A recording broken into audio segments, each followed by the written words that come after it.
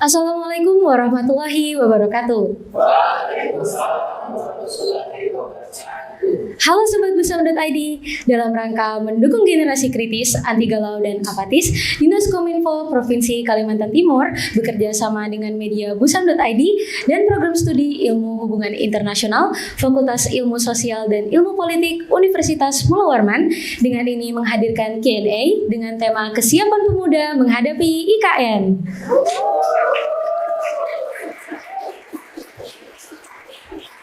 Senang sekali saya Dara sebagai moderator, dan pada malam hari ini saya nggak sendiri nih teman-teman. Saya bakal ditemenin sama narasumber kita yang sangat-sangat luar biasa nih.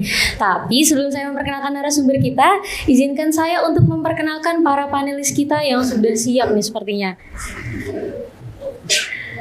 Mulai dari di sebelah kanan saya ada saudari Cindy, Lala dan juga Dea. Kemudian di sebelah kanan ada saudari Lulu, Clara dan Zalfa.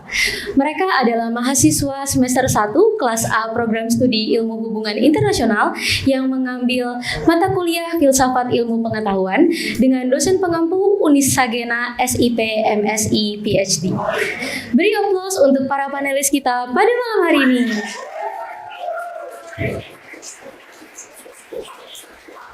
Oke, sebelum saya lanjut ke sesi berikutnya, saya mau denger dulu nih suara dari teman-teman di belakang. Masih semangat? Kurang keras, masih semangat? Oke, karena masih semangat, kita lanjut ke sesi berikutnya. Sesi berikutnya adalah pengenalan profil dari narasumber yang udah kita tunggu-tunggu nih. Beliau merupakan salah seorang anggota tim ahli pendukung persiapan pembangunan dan pemindahan IKN. Selain itu, beliau juga pernah menjadi Ketua KNPI Samarinda dan menjadi Ketua PSSI Kalimantan Timur. Kemudian notabene-nya juga pernah menjabat sebagai Wakil Rektor 2 Universitas Mula Warman pada periode 2010 hingga 2014. Kemudian pernah menjadi Rektor Universitas Mula Warman selama 2 periode, yaitu pada 2014 hingga 2018 dan periode 2018 hingga 2022. Mari kita sambut Bapak Profesor Dr. Haji Mas Jaya MSI.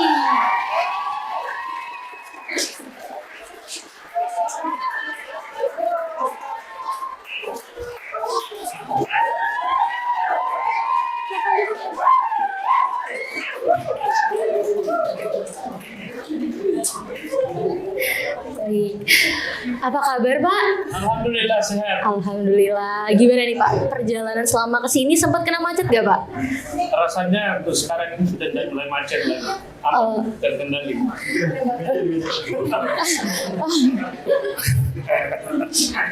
Alhamdulillah. Soalnya kan Pak, Samarinda ini terkenal dengan kota yang padat, apalagi dengan fakta bahwa Samarinda akan menjadi salah satu kota terdekat dari calon ibu kota Indonesia, yaitu IKN. Nah, ini sangat berhubungan dengan materi kita pada malam hari ini, yaitu kesiapan kita sebagai pemuda untuk menghadapi IKN. Baik, untuk penyampaian materi kami berikan waktu 10 menit Pak. Waktu dan tempat kami persilakan. Oke, terima kasih. Assalamualaikum warahmatullahi wabarakatuh.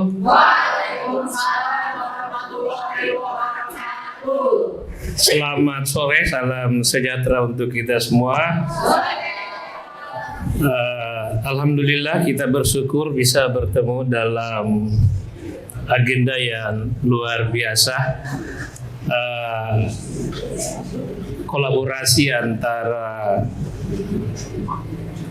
Dinas Komunikasi dan Informasi Provinsi Kalimantan Timur serta Busam ID serta Hubungan Internasional ya, secara khusus semester 1 mata kuliah Filsafat Ilmu yang dosennya juga luar biasa, Uni Sagena.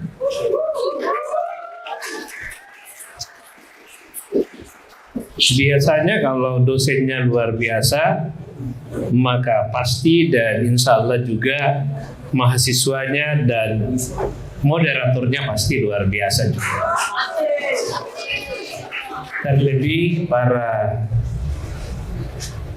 panelisnya yang cantik-cantik, saya kurang hafal namanya, tetapi kesan saya insya Allah diskusi kita sore ini akan sangat menarik untuk membicarakan kesiapan pemuda ya dalam rangka menyongsong ibu kota Nusantara atau ibu kota negara yang diberi nama Nusantara. Saya panggil apa ini bagusnya supaya lebih dekat adik-adik atau teman-teman mahasiswa? Hah? Adik-adik mahasiswa. Apa bagus? Ya terserah aja lah mana yang muncul nanti. Saya lupa namanya Mbak. Darah yang manis, darah manis kan ya. Saya jadi tertarik juga untuk ikut terlibat dalam diskusi ini karena yang kita akan bicarakan adalah generasi muda dan dalam rangka menyongsong ibu kota Nusantara. Ada filosofi mendasar sesungguhnya kalau kita mau balik ke belakang. Mengapa ibu kota Nusantara itu dipindahkan?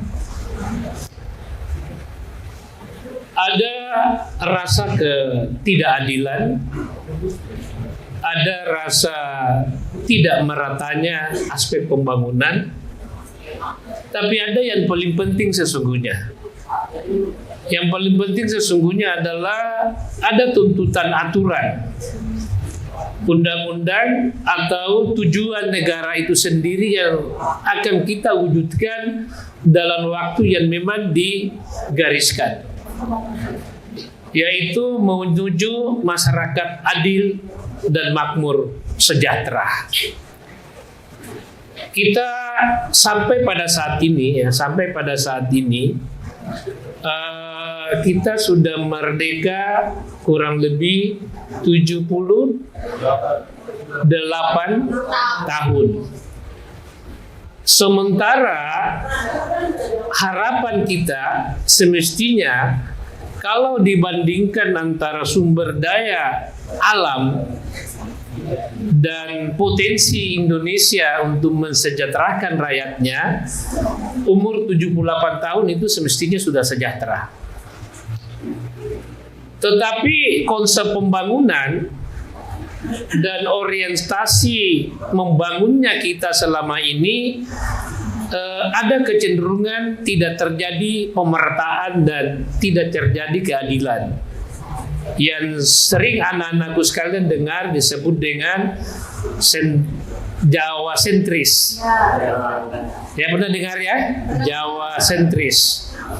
Sehingga banyak kalangan, banyak kawasan di belahan bumi Indonesia ini, terlebih di kawasan timur Indonesia termasuk Kalimantan Timur, itu merasa bahwa 78 tahun dengan sumber daya yang kita miliki itu hampir semuanya APBN, hibah, kerjasama 60-70% itu anggarannya berkutik di sekitaran Pulau Jawa atau Indonesia bagian barat.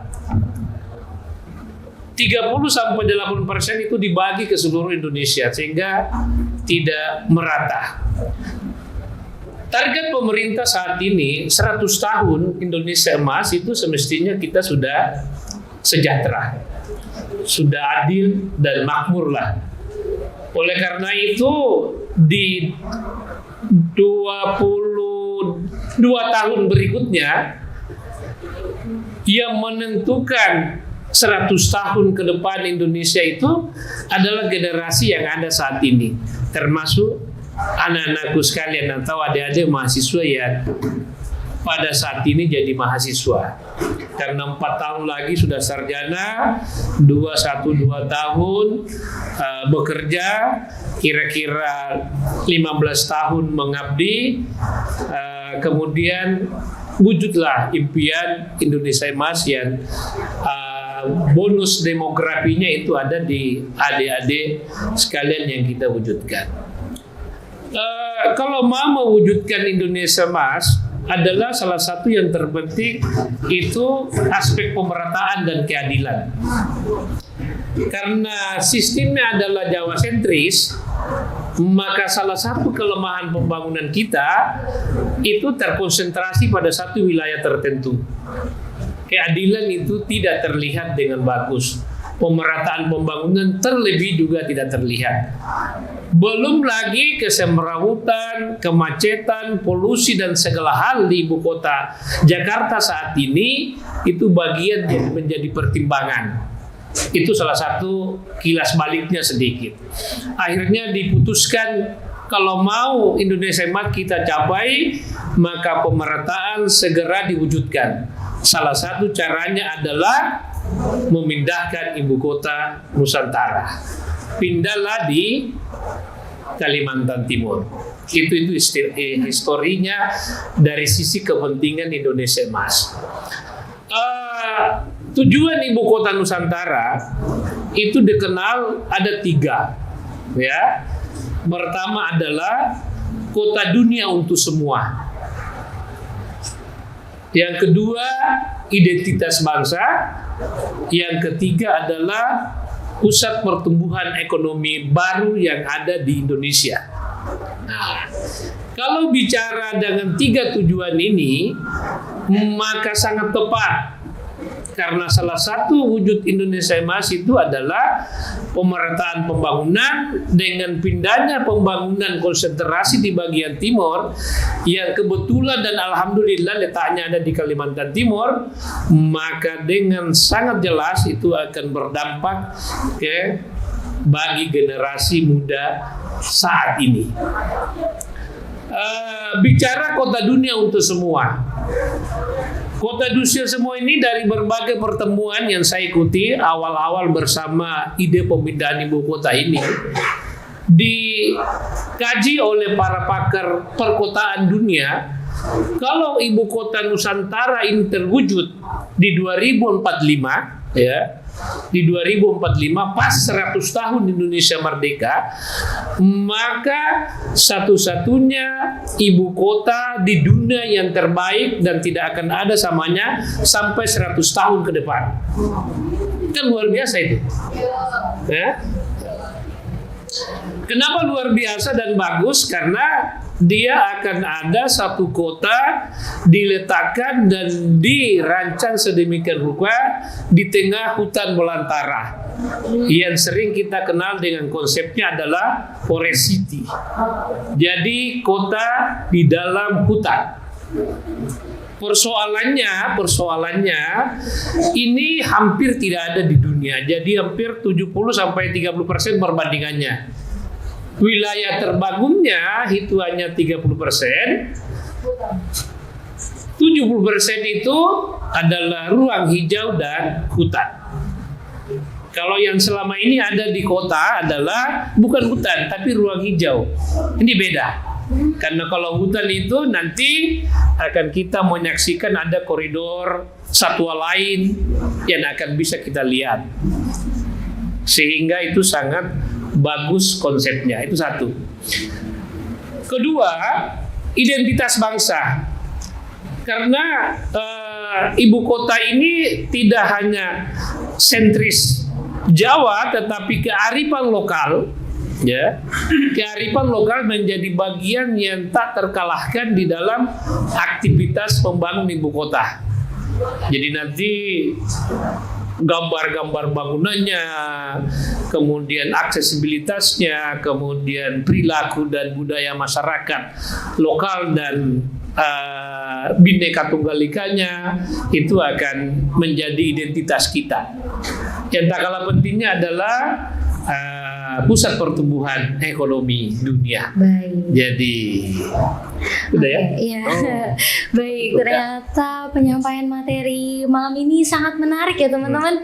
Dan tentunya setelah penyampaian materi ini sudah muncul berbagai pertanyaan sepertinya di kepala para panelis kita. Ya, silakan. Saatnya kita membuka sesi Q&A pada malam hari ini untuk para panelis. Siapa duluan yang ingin bertanya? Baik, Zalfa. Tes. Terima kasih atas waktunya. Perkenalkan, nama saya Zalfa Sabira Amin. Salpa. Iya, Pak. Jadi pertanyaan saya, seperti yang kita ketahui bahwa pemindahan ibu kota sudah banyak terjadi di berbagai negara dan juga tidak hanya di Indonesia. Dan tentu saja pemuda pasti memiliki peran penting dalam peningkatan dan menstabilkan IKN. Tapi bagaimana cara agar bisa menyadarkan para pemuda agar dapat melihat peluang mereka, apalagi untuk pemuda lokal yang berkelanjutan di IKN. Bagaimana sih langkah awal yang bisa menjadi saran Bapak kepada para pemuda ini agar bisa mulai berpikir radikal terhadap IKN ini, Pak? Terima kasih. Oke. Langsung apa semuanya? Boleh satu-satu. Satu-satu. Iya. Ya. Boleh Pak, silahkan dijawab. Langsung, terima kasih Nanda atau Mbak Salpa ya. Bagaimana langkah dan peran pemuda, terlebih dalam pemuda lokal dalam rangka menyambut ibu kota Nusantara. Tadi saya sudah jelaskan bahwa tiga tujuan utama, yaitu kota dunia, identitas bangsa, pusat pertumbuhan ekonomi. Beban yang diterima atau yang diemban oleh ibu kota Nusantara ini sangat besar karena ingin mewujudkan keadilan dan kesejahteraan masyarakat. Oleh karena itu mau tidak mau pemuda harus terlibat. Karena kalau bicara Indonesia Emas 2045 ke depan, itu maka peran pemuda itu sangat penting. Maka mulai saat ini harus menyiapkan diri. Caranya menyiapkan diri adalah tentu di dalam pengembangan dan program pemerintah, termasuk anak-anakku sekalian ini sudah masuk tahapan menyiapkan diri karena sudah menjadi mahasiswa. Cuma persoalan yang mungkin perlu digarisbawahi, jangan hanya statusnya sebagai mahasiswa. Mahasiswa ini harus betul-betul mempersiapkan diri karena syarat masuk terlebih menjadi pengelola atau terlibat langsung dalam struktur kepentingan pengelolaan ibu kota Nusantara itu punya standar. Punya standar. Oleh karena itu, maka mau tidak mau tingkatkan kualifikasi kita. Tingkatkan grade kita. Kemarin misalnya penerimaan beberapa level pegawai. Ada di antaranya dan banyak sekali pemuda lokal itu tidak bisa masuk secara administrasi karena tidak memenuhi persyaratan.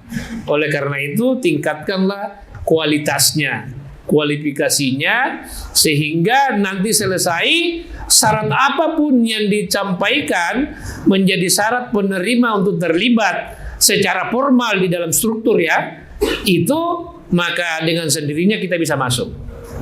Tapi kita terlibat tidak hanya di dalam struktur pengelolaan ibu kota Nusantara.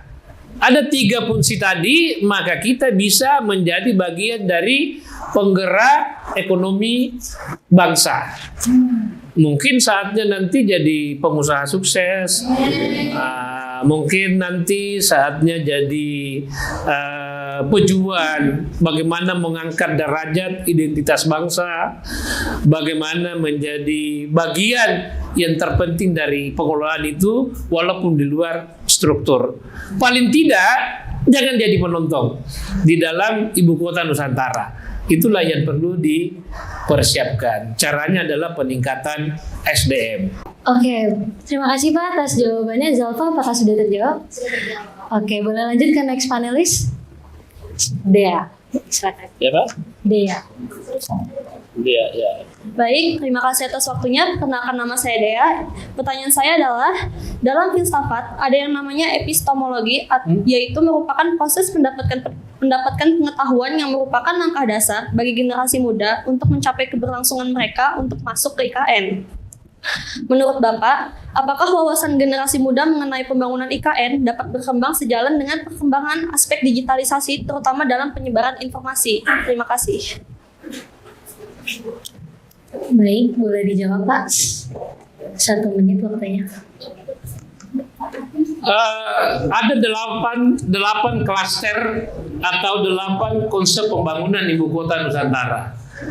yaitu mendesain sesuai kondisi alam, Bhinneka Tunggal Ika, terhubung aktif dan mudah diakses, rendah emisi karbon, kemudian sirkular dan tangguh, aman dan terjangkau, efisiensi melalui teknologi. Ya, efisiensi melalui teknologi, peluang ekonomi untuk semua. Ibu kota Nusantara ini akan sangat dibutuhkan kemampuan dan pemahaman teknologi bagi generasi muda, karena semua aspek yang ada di dalam aktivitas baik oleh masyarakat maupun pemerintahan adalah menggunakan IT secara maksimal. Jadi semua dengan sistem IT. Oleh karena itu tepat sekali bahwa generasi muda kalau mau terlibat, bahkan tidak menjadi penonton, bahkan pelakunya ibu kota Nusantara, salah satu juga bagian yang perlu dikuasai adalah informasi dan teknologi atau IT. Baik, Dea apakah udah terjawab sudah Mas? Oke, boleh lanjut ke next panelis, Saudari Clara. Terima kasih atas kesempatannya. Perkenalkan, saya Mutiara Clara, dipanggil Clara. Jadi saya sudah membaca di beberapa media bahwa Stanford University berencana membangun cabang kampusnya di IKN. Namun memang belum ada kesepakatan atau nota kesepakatan antar pihak Stanford dengan pihak otoritas IKN. Tentu jika hal tersebut terrealisasikan, akan menjadi peluang bagi kita untuk dapat menyongsong Indonesia Emas 2045. Namun juga bisa menjadi bumerang bagi kita karena kita belum siap akan dibangunnya instansi pendidikan luar negeri di IKN sendiri. Jadi saya ingin meminta bagaimana Bapak memberi pesan kepada kami generasi Z atau Gen Z untuk menyikapi hal tersebut. Terima kasih.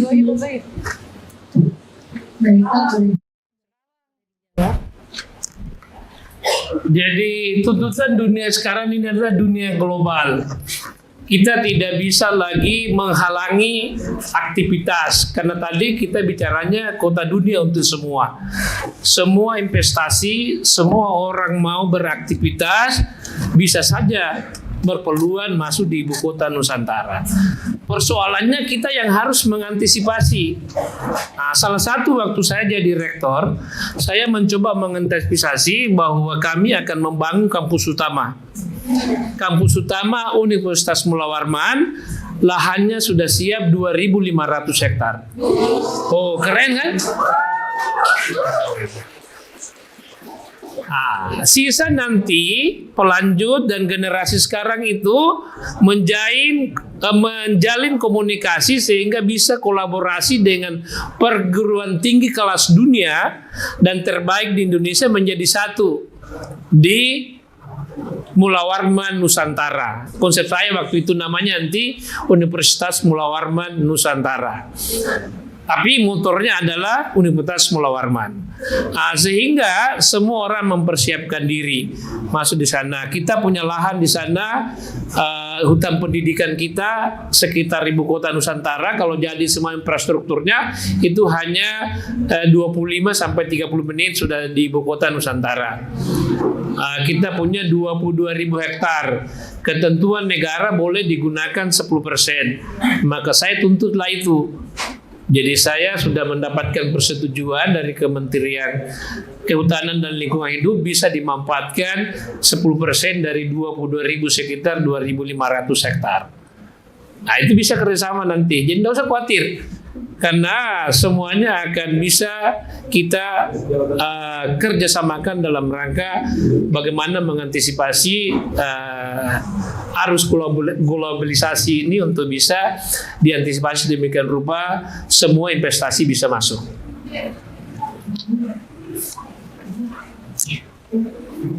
Baik, untuk Clara sudah terjawab. Oke, boleh lanjut ke next panelis, Saudari Lulu. Terima kasih, Dara. Yes. Baik Pak, perkenalkan nama saya Aziza Lulu. Di sini saya akan bertanya, apakah pemerintah selaku pemilik otoritas dalam pembangunan IKN ini sudah mempersiapkan perencanaan, pembuatan program atau pelatihan bagi para pemuda lokal untuk lebih siap lagi dalam menghadapi IKN ini, Pak? Terima kasih. Baik, boleh dijawab Pak? Oke. Tadi di CV saya sudah dijelaskan saya salah satu ahli tim transisi. Jadi satu kekhawatiran kita dulu karena pasti masyarakat tidak bisa ikut. Makanya kita ada pelatihan semua kepentingan untuk kebutuhan otorita. Yang kita prioritaskan waktu itu adalah masyarakat Kalimantan Timur, terlebih masyarakat sekitar ibu kota, yaitu masyarakat di Sepaku. Seluruh aktivitas pelatihan disiapkan. Ternyata ini perlu juga menjadi pemikiran Anda adik-adik sekalian. Begitu kita sebarkan pendaftaran, hampir tidak ada peminat. Sangat sedikit. Kita butuh membangun ibu kota Nusantara dengan bangun fisik saja sekarang itu dibutuhkan 300.000 pekerja. Bukan sedikit, 300.000 pekerja. 300.000 pekerja. Tetapi begitu semua kita coba sosialisasikan untuk diantisipasi supaya pekerjanya sebagian besar dari masyarakat kita, ternyata itu tidak bisa terpenuhi. Karena pertama mungkin kualifikasi kita, kemampuan kita dan lain-lain sebagainya tidak bisa masuk. Akhirnya dibuatlah pelatihan. Banyak pelatihan dilakukan. Pelatihan salah satu yang seperti ini yang bikin barista misalnya, supaya jangan lagi orang luar karena kebutuhan pekerja saja sudah berapa orang mau ngopi-ngopi misalnya. Kebutuhan menjadi tenaga mandor misalnya di aktivitas pembangunan fisik. Semuanya dilakukan pelatihannya. Kerjasama dengan instansi terkait. Kalau itu terkait dengan pembangunan fisiknya, maka itu dilakukan dengan PUPR. Kalau itu terkait dengan aspek sosialnya, maka dilakukan kerjasama dengan pemerintah daerah dan pemerintah kecamatan di Sepaku. Nah, semua sudah dilakukan. Tapi satu catatan lagi, hampir sangat sulit mendapatkan. Awal-awal kita butuh 300 orang, waktu itu yang mendaftar hanya 18. Kan sedih ya? Nah, mendengarkan ini, saya kira zamannya nanti untuk mengisi itu tidak ada lagi informasi. Kami tidak mau mendengar. Setelah mendapatkan informasi ini, Anda tidak siap untuk terlibat dalam berbagai pelatihan yang disiapkan oleh pemerintah. Bahkan bisa jadi tidak perlu pelatihan disiapkan oleh pemerintah. Kami melatih diri sendiri, mencoba membangun komunikasi, memenuhi persyaratan. Begitu dibuka, ya kita mendaftar karena kita sudah siap. Nah, begitu. Jadi pemerintah sudah melakukan upaya untuk mendukung dan memperankan generasi muda lokal yang ada di Samarinda, di Kalimantan Timur, terlebih di Sepaku. Baik, untuk Lulu apakah sudah terjawab? Oke, boleh lanjut ke next panelis, Saudari Lala. Saudari Lala. Baik, terima kasih atas waktunya, Dara. Jadi tadi Bapak singgung tentang bonus demografi ya Pak. Selain menyambut IKN ini, Indonesia juga diperkirakan akan menghadapi bonus demografi di beberapa tahun ke depan. Menurut Bapak, bagaimanakah cara memetik bonus demografi tersebut secara wisdom atau bijaksana bagi kami para pemuda agar the good society bisa terwujudkan di IKN nanti?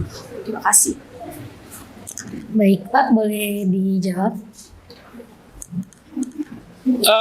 Bonus demografi untuk Lala, sesungguhnya kita harus memahaminya bahwa usia produktif pada saat itu di 2045 dalam rangka mewujudkan atau mendapatkan bonus demografi adalah 60-70% adalah usia produktif. Itu yang dimaksud dengan bonus demografi. Jadi tidak seperti sekarang, perbandingannya kurang lebih sama. Tapi itu, makanya kesempatan memanfaatkan bonus demografi adalah mulai dari sekarang. Mulai dari generasi yang ini umurnya sekarang 18 selesai sarjana 22 tahun lah misalnya, atau 23 tahun. Bekerja 5 tahun berarti luas sangat ya, produktif sekali. Maka dengan sendirinya memanfaatkan itu. Jadi itulah keunggulan. Makanya keyakinan kita di 2045 itu mewujudkan Indonesia emas itu akan kita bisa raih dengan bagus. Karena usia produktif lebih banyak ketimbang daripada usia yang tidak produktif. Caranya produktif adalah menangkap peluang yang ada di ibu kota Nusantara. Salah satunya adalah pusat pertumbuhan ekonomi baru yang ada di Indonesia untuk kepentingan dunia. Jadi nanti bisnisnya bukan hanya bisnis Indonesia, itu bisnis dunia. Bisnis global misalnya. Ya, jadi dimanfaatkan itu Lala nanti. Ya, makasih. Lala, apakah sudah terjawab? Oke, boleh lanjut ke panelis terakhir. Saudari Cindy. Ya. Baik, terima kasih atas kesempatannya. Saya ingin bertanya, saat ini merupakan masa transisi pemindahan ibu kota negara seperti yang kita semua tahu. Hal ini tidak mengelaknya adanya sikap resistensi sebagian masyarakat lokal pada kebijakan ini. Menurut Profesor, bagaimana peran pemuda dalam menghadapi hal tersebut? Apakah cukup meyakinkan timbal balik value atau nilai dari pembangunan ini kepada masyarakat? Terima kasih. Terima kasih. Boleh dijawab, Pak? Masa transisi Mbak Cindy terhadap ibu kota Nusantara itu memang ada apa yang disebut dengan kepentingan lokal itu akan bisa tidak terabaikan dengan bagus kalau kita tidak mempersiapkan diri juga dengan bagus. Tetapi waktu kami di dalam tim transisi, kami selalu penguatannya adalah kearifan lokal. Yang kedua adalah afirmasi. Kami coba mendorong afirmasi, tapi semuanya tidak bagus sih, karena itu afirmasi hanya bentuk belas kasihan lah, pendekatan perlakuan khusus. Tapi kalau kita dari awal mempersiapkan diri tanpa perlakuan afirmasi pun juga kita bisa terlibat. Salah satu afirmasi yang ada di dalam struktur ibu kota Nusantara adalah dari 7 deputi, ya, itu ada 2 diberikan jatah untuk putra daerah, ya, atau masyarakat sekitar yang memahami tentang Kalimantan Timur. Itu tidak dipersaingkan dengan itu bentuk afirmasinya. Nah, banyak lagi sesungguhnya afirmasi lain. Tapi itu juga alhamdulillah yang masuk deputi misalnya Bu Mirna. Bu Mirna itu alumni SMA 1 Samarinda, bapaknya dulu ketua DPR Kota Samarinda. Kemudian yang kedua adalah Pak mantan Kepala Dinas Pendidikan PPU, Deputi Sosial Alimuddin. Pak Alimuddin itu bagian dari afirmasi.